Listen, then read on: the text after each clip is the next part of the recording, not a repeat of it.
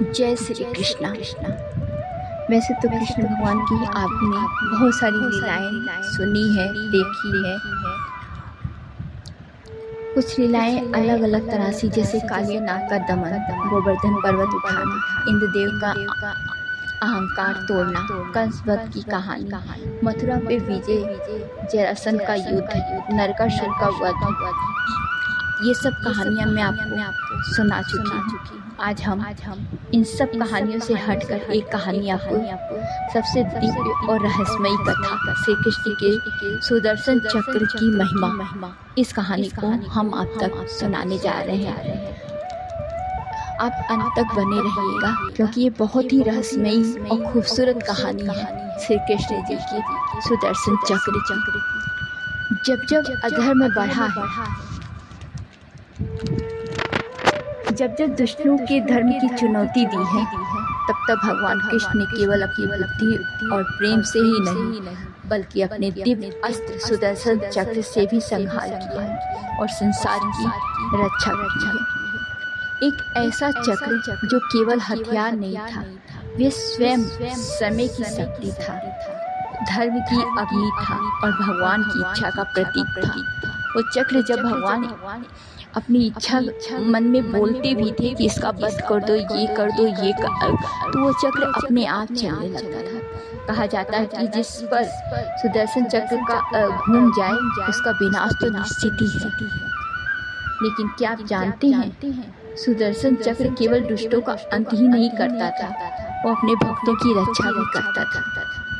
आज इस अद्भुत कथा में हम जानेंगे सुदर्शन चक्र की महिमा, उसकी दिव्य शक्ति और कृष्ण की वो लीला जिसने पूरी पृथ्वी को चमत्कृत कर दिया था। बहुत समय पहले देवता और ऋषि अधर्म से परेशान थे। असुरों की शक्ति दिन प्रतिदिन बढ़ती जा रही थी। तब भगवान विष्णु ने शिव के कठोर तपस्या की। वर्षों तक ये तप करने के बाद भगवान शिव प्रकट हुए। उन्होंने कहा, हे विष्णु, हे आराध, तुम तो धर्म की रक्षा के लिए सदैव कार्य करते हैं, इसलिए मैं तुम्हें एक ऐसा दिव्य अस्त्र देता हूँ जिसे कोई भी रोक नहीं सकेगा। ये अस्त्र तुम्हारी इच्छा के अनुसार चलेगा। तब भगवान शिव के तेज से एक अग्निमय चक्र प्रकट हुआ। उसकी चमक 1000 सूर्यों के समान थी। वो घूम रहा था। उसकी गति इतनी तेज थी कि समय भी उसके सामने धीमा पड़ जाए। भगवान शिव बोले, ये सुदर्शन चक्र ये केवल उसी के आदेश का पालन करेगा जो धर्म के मार्ग पर होगा। भगवान विष्णु ने उस चक्र को धारण किया और युगों के बाद जब वे कृष्ण रूप में पृथ्वी पर आए, तब वही सुदर्शन चक्र उनके साथ आया। द्वारका नगरी में एक दिन भय वातावरण फैल गया था। एक दूत दौड़ता हुआ राजसभा में पहुंचा। वो कांपते हुए बोला, प्रभु, राजा साल अपनी विशाल सेना लेकर द्वारका पे अचानक आक्रमण कर दिए हैं। सभा में सन्नाटा सा छा गया। साल्व अत्यंत शक्तिशाली और क्रूर राजा था। उसके नाम से भी लोग कांपते थे। उसके पास एक अद्भुत उड़ने वाला विमान भी था, सौर विमान। वो आकाश में उड़ते हुए ही युद्ध करता था। कोई भी उसे रोक नहीं पाता था। लोग भयभीत हो जाते थे, डर जाते थे। सब सोचते थे कि सबसे युद्ध हो पर उनसे कभी ना हो। सभी राजाएं उनसे डरते थे। लोग भयभीत हो जाते थे, लेकिन श्री कृष्ण शांत बैठे रहे। उनके चेहरे पे हल्की मुस्कान थी, क्योंकि वो तो कृष्ण थे। कुछ ही दिनों बाद आकाश काले बादलों से भर गया। भयंकर गर्जना होने लगी और तभी विशाल सौ विमान द्वारका पे ऊपर दिखाई दिया। उससे अग्नि बरसने लगी। लोग इधर उधर भागने लगे। महल तक वहां टूटने लगे। साल जोर से हंसा, कृष्ण, आज द्वारका का अंत तो निश्चित है। बलराम क्रोधित हो उठे जादू सेना युद्ध के लिए तैयार हो गई, लेकिन साल का विमान बार बार गायब हो जा रहा था, कभी आकाश में तो कभी समुद्र में। उसे पकड़ना असंभव लग रहा था। साल की माया ऐसी थी कि कोई समझ ही नहीं पा रहा था। साल केवल बलवान नहीं था, वो मायावी था। उसने भ्रम ऐसे पैदा करना शुरू किया कि कभी 1000 सैनिक दिखाई देते तो कभी पूरा आकाश आग से भर जाता। यहाँ तक कि उसने एक भयानक माया रची। उसने ऐसा दृश्य बनाया मानो वासुदेव जी बंदी बना दिए गए हों। फिर उसने भ्रम ने उनका वध कर दिया। पूरा द्वारका तो कांप उठा, लेकिन कृष्ण कुछ क्षण शांत रहे। फिर उन्होंने आंखें बंद की और मुस्कुराए।